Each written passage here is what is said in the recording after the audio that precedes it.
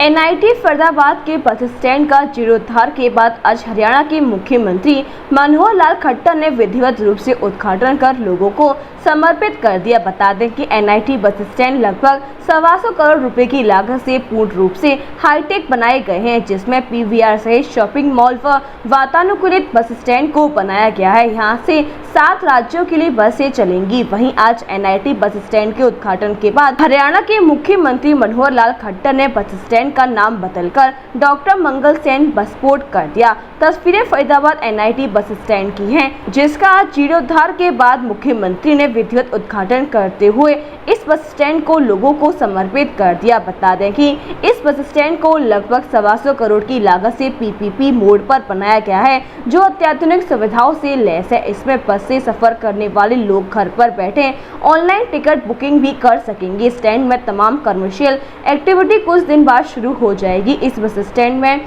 17 बस क्यों बनाए गए हैं, जहां से बस से 7 राज्यों के लिए रवाना होंगी, जिसमें हिमाचल, पंजाब, चंडीगढ़, उत्तराखंड, उत्तर प्रदेश आदि कई ऐसे राज्य हैं जहां पर यहां से बसें चलेंगी। इस मौके पर मुख्यमंत्री ने कहा कि हरियाणा में 5 और नए ऐसे बस स्टैंड बनाए जाएंगे। वहीं उन्होंने एनआईटी बस स्टैंड का नाम बदलकर डॉक्टर मंगल सेन बसपोर्ट कर दिया, जिस पर लोगों ने और स्टेज पर बैठे सभी नेतागण और अधिकार सहमति जताई। वहीं इस मौके पर उनके साथ पहुंचे हरियाणा के परिवहन मंत्री मूलचंद शर्मा ने भी बताया कि यह मुख्यमंत्री द्वारा दी गई बड़ी सौगात है। इस बस स्टैंड को हाईटेक तरीके से लगभग 125 करोड़ की लागत से बनाया गया है। उन्होंने मीडिया से बात करते हुए बताया कि बगल की विधायिका श्रीमती रेखा को उन्होंने भैया दोष के उपहार में हाईटेक बस स्टैंड दिया है और आने वाले समय में बसों की संख्या बढ़ाई जाएगी। फरीदाबाद से मनोज सूर्यवंशी की रिपोर्ट।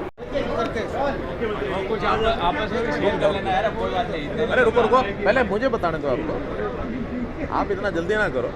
देखिए मित्रों, आज एक बहुत ही एक ऐसा अच्छा अवसर था जब ये जो एनआईटी का बस स्टैंड जिसके नाम से बुलाया गया था, लेकिन उसमें जो फंडामेंटल चेंजेस 2 मैंने की हैं। एक तो इसका नाम डॉक्टर मंगल सेन जी के नाम पर रखा गया है, दूसरा इसको बस स्टैंड की बजाय बस पोर्ट कहा जाएगा। तो ये 2 बातें ज़रूर आपको जो उल्लेखनीय हैं, जो आपको बताने के लिए जो हमने बताई है।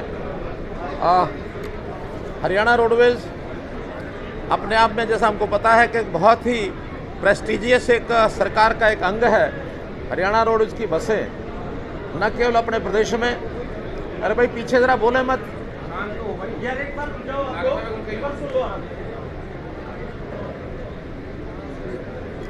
तो इस प्रकार से न केवल हरियाणा में बल्कि बाहर के प्रदेशों में हरियाणा रोडवेज़ की सेवा को एक बहुत अच्छी सेवा मानी जाती है। अगर 2 रोडवेज़ की प्रदेशों की अलग अलग बसें हों तो सबसे पहले हरियाणा रोडवेज़ की बसों में ही लोग बैठते हैं। इसलिए मैं हरियाणा रोडवेज़ के जो कर्मचारी हैं, रोडवेज़ के जितने अधिकारी हैं उस डिपार्टमेंट के, उन सबको बहुत बहुत बधाई और शुभकामनाएं देता हूं।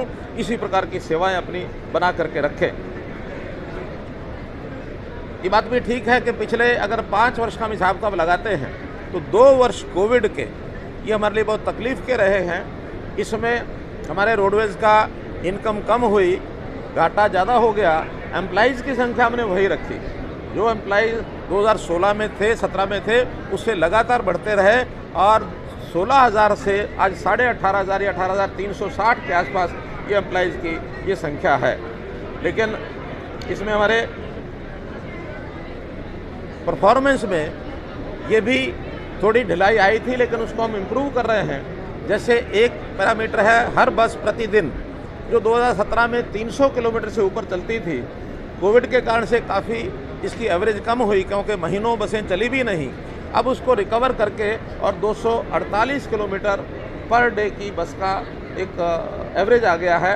अब और भी आगे बढ़ेगा जब नई बसें इसमें जुड़ जाएंगी, क्योंकि पुरानी बसें जितने भी ज़्यादा समय की होती हैं उनकी एज के कारण से उनका जो हाल्ट है वो बढ़ जाता है। नई बसें जुड़ते ही वो उसमें बढ़ जाएगा और इम्प्रूव करेगा और 300 मीटर वापस इसको रिकवर करेंगे। जहाँ तक स्टाफ की रेशो है, जैसा मैंने बताया, बसें कम होने के बाद स्टाफ उससे ज़्यादा बढ़ गया। तो पर बस पहले जो एवरेज 4.42 होती थी, अब पर बस जो स्टाफ की एवरेज है वो 5.84 है, जो काफ़ी ज़्यादा है। लेकिन बसें बढ़ने के बाद ये भी अपने आप में ठीक हो जाएगी। बसों की एवरेज, इसकी जो टेक्नोलॉजी हमारी अच्छी होती नज़र आ रही है, उसमें जो पर किलोमीटर जो डीजल की खपत है वो पहले 4.83 लीटर पर किलोमीटर थी। वो बसों की मेंटेनेंस अच्छी होने के कारण से अब उसमें 3% की वृद्धि हुई है, 4.94 लीटर पर किलोमीटर। अब ये बसें जो हैं ये इसके अंदर इसका हमको इतने किलोमीटर पर लीटर चलती है, नॉट पर किलोमीटर, लीटर में इतने किलोमीटर चलती है। एवरेज जो है बस की वो बढ़ी है। बसों के जो नए रूट्स हैं, जैसे हमारी जो सुपर लग्जरी बसें हैं, अभी वो चंडीगढ़ से गुड़गांव, चंडीगढ़ से दिल्ली, ये ज़्यादातर चलती हैं।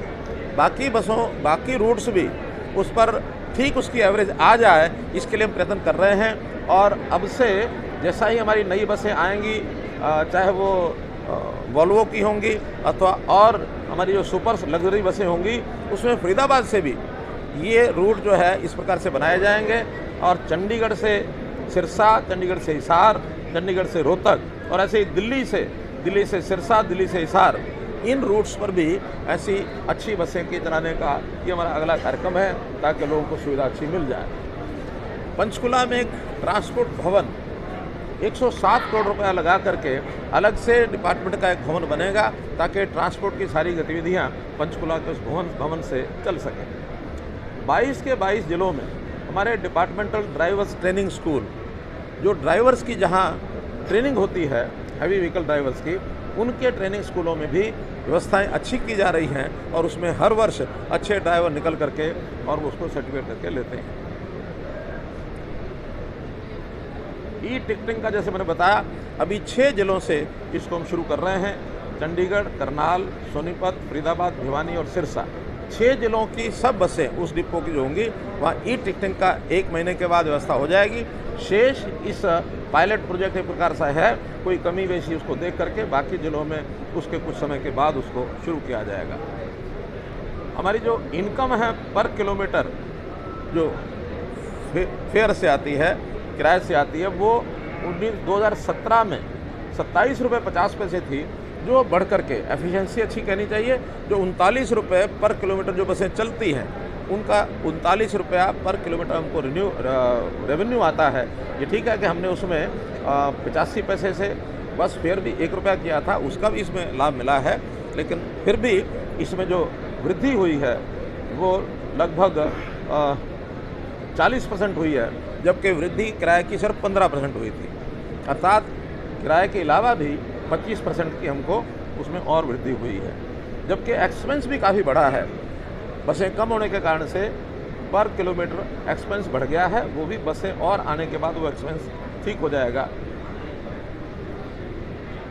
नंबर ऑफ एक्सीडेंट्स, ये भी अगर मैं आपको जानकारी दूं तो 2017 में जो कुल एक्सीडेंट 284 थे साल भर में, वो पिछला वर्ष, क्योंकि ये वर्ष तो अभी पूरा होना है, पिछला वर्ष 2021 में ये संख्या मात्र 79 रह गई है।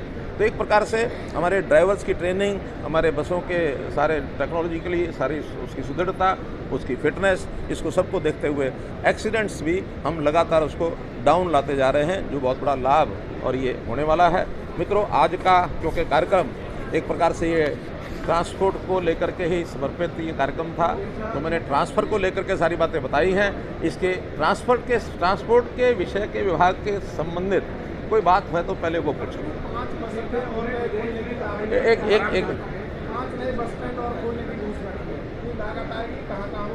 देखिए, ये सब पीपीपी मॉडल पर होंगे, तो पीपीपी मॉडल पर जब होते हैं उसकी एक ड्राइंग बनती है, डिज़ाइन बनता है, इसके बाद उसका एक एस्टिमेटेड कॉस्ट होती है, फिर जब टेंडर होता है तब जा करके, क्योंकि उनको सबको कंसल्ट भी किया जाता है। हमने मानो किसी बस अड्डे की मैं 200 करोड़ बताई, हो सकता है उनमें से ही कुछ टेक्निकली वो कहे नहीं इसमें ये चीज़ घटा दो, ये बढ़ा दो, तो रिवाइज भी होता है।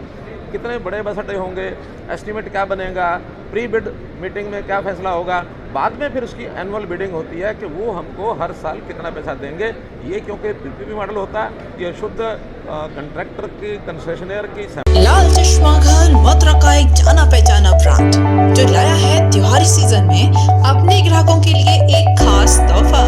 आप लाल चश्मा घर पर चुनिंदा ब्रांड के चश्मों पर और फ्रेम पर पाइए 10 नहीं 20 नहीं पूरे 50% की छूट। ये ऑफर केवल सीमित समय तक के लिए ही मान्य है, तो आइए लाल चश्मा घर और उठाइए मौके का भरपूर फायदा। दिवाली में इस बार हम लोगों ने सबके लिए ब्रांड्स में अप टू 50% डिस्काउंट किया है। जितने भी अच्छे आपके ब्रांड्स हैं, रेबन वो सब कुछ में आप अगर आएंगे तो आपको काफ़ी अच्छे ऑफर्स मिलेंगे। डिफरेंट ब्रांड्स पे डिफरेंट ऑफर्स हैं, तो आप आके उसका लाभ उठा सकते हैं।